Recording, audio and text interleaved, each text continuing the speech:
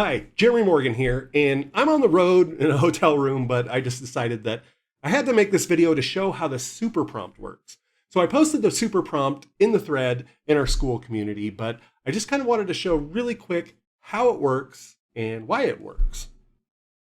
Now, let's take a look at, this is the basic ChatGPT interface, right? So we've all used this before, and this super prompt works on ChatGPT, Claude, Perplexity, whatever you want it to work on.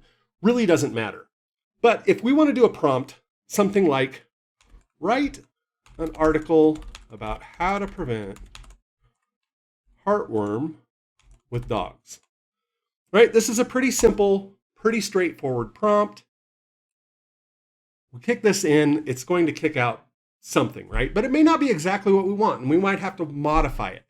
Now, I stress this a lot when I'm talking to people about generating content with ChatGPT. You never want to just do this, right? You never want to just put in, write an article about this, copy and paste, throw it on your blog. Worst thing you can do. However, you can use ChatGPT to outline articles, give you ideas, things like that. So consider this a starting point.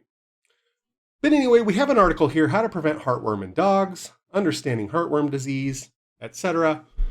Not a bad result, but can we make this better? Well, my argument is with the super prompt that you can basically make any prompt better. Now, what this is it's using a refinement model, which is just a fancy way of saying, we're going to take this prompt, write an article about how to prevent heartworm with dogs, and we're going to refine it. We're going to ask the LLM, hey, what things am I missing? What kind of things should I add to this prompt to make it a better prompt? And so that's the entire idea of the super prompt. It's very simple. Let's check out what the super prompt is. Now, I've got a copy of it here and drag it over, and let's just kind of take a look at it. It says, act as an expert prompt engineer with extensive experience optimizing AI prompts for clarity, blah, blah, blah. What it's going to do is it's going to use sequential reasoning, contextual awareness, and iterative refinement. So these are all just fancy ways of saying it's going to look at your prompt, it's going to think about ways to improve it, it's going to try a few things, it's going to kick it back, and then based on these steps and referencing principles such as defining clear objectives, using specific language, etc. These are basic prompt engineering techniques. At the very end, you can say, here is the prompt. So what we're going to do is we're just going to ask ChatGPT, hey, take the prompt that I just used and make it way better. So we'll start this over again.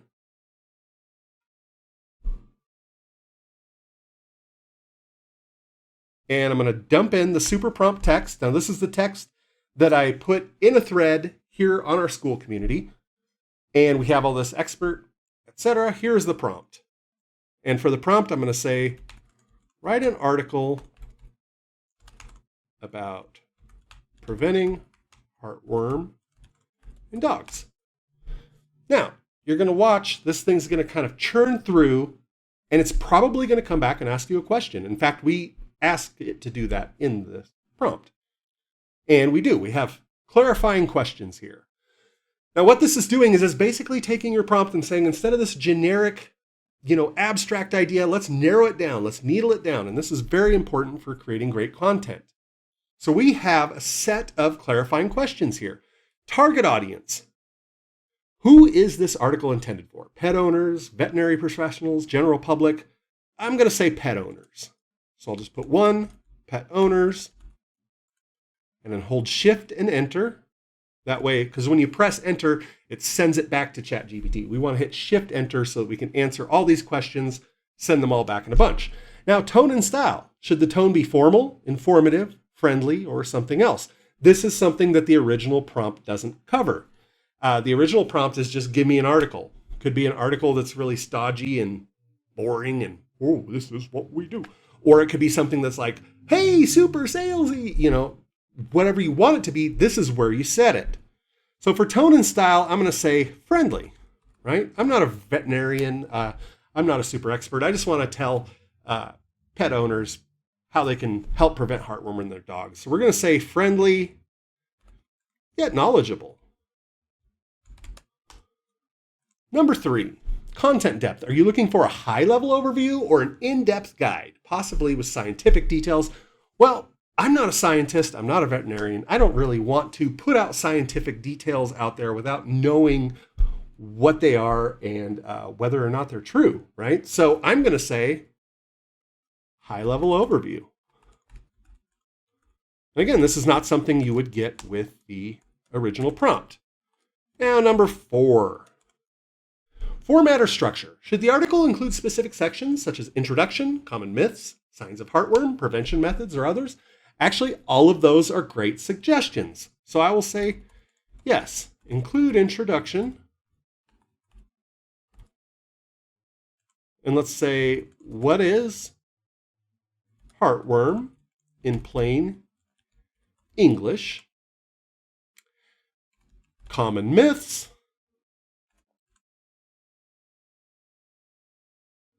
Signs of heartworm, that sounds good. And prevention methods.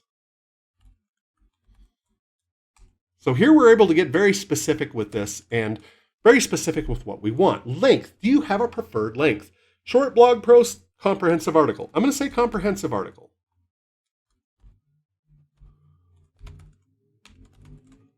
Now, there may be a second set of questions.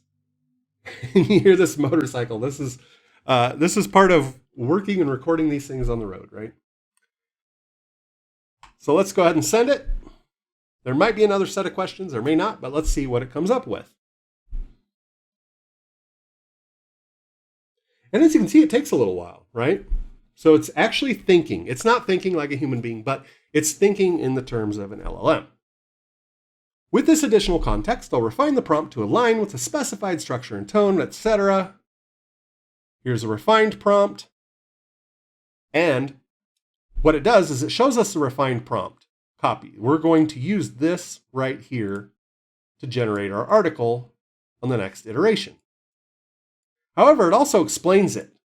This refined prompt offers sequential reasoning. Each section follows logically to guide the AI in structuring a complete informative article. It includes contextual awareness, so the language is tailored for pet owners with simplified explanations and myth busting, and it uses iterative refinement, which is just a fancy word for changing details and going through and seeing how those details work and changing them based on what the LLM finds is best. And so the wording is clear, concise, and audience-specific. This prompt should provide a well-rounded, high-quality response that meets your expectations. So let's find out if it does. We've copied it. I'm going to dump it in here, hit enter. And now we have a completely different article. This one is more tailored and more detailed to exactly what we want. We have our introduction. What is heartworm? Maybe we have no idea what heartworm is, right? It's a disease, potentially fatal condition for dogs, but the good news is it's entirely preventable.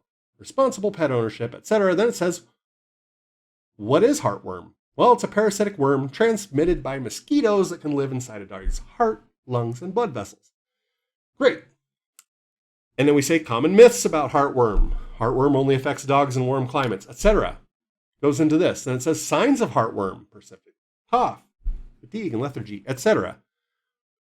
And as you can see, this is a far more high-quality result than we would have gotten otherwise, just from taking 2 minutes, maybe less than 2 minutes, from putting that super prompt in there. So this is why I put the super prompt up in the community for people to use, but I wanted to be a little bit more clear about how it actually works so that you can use it for your own stuff. Copy and paste it, save it in the text file, save it in the document, and the next time you go to prompt for something and you want to ask for content or outlining content, put that in there, and that super prompt will come back and ask you questions, and it will refine it, and it will give you something that's a little bit more detailed. So we could have come up with this prompt on our own. However, we didn't have to, right?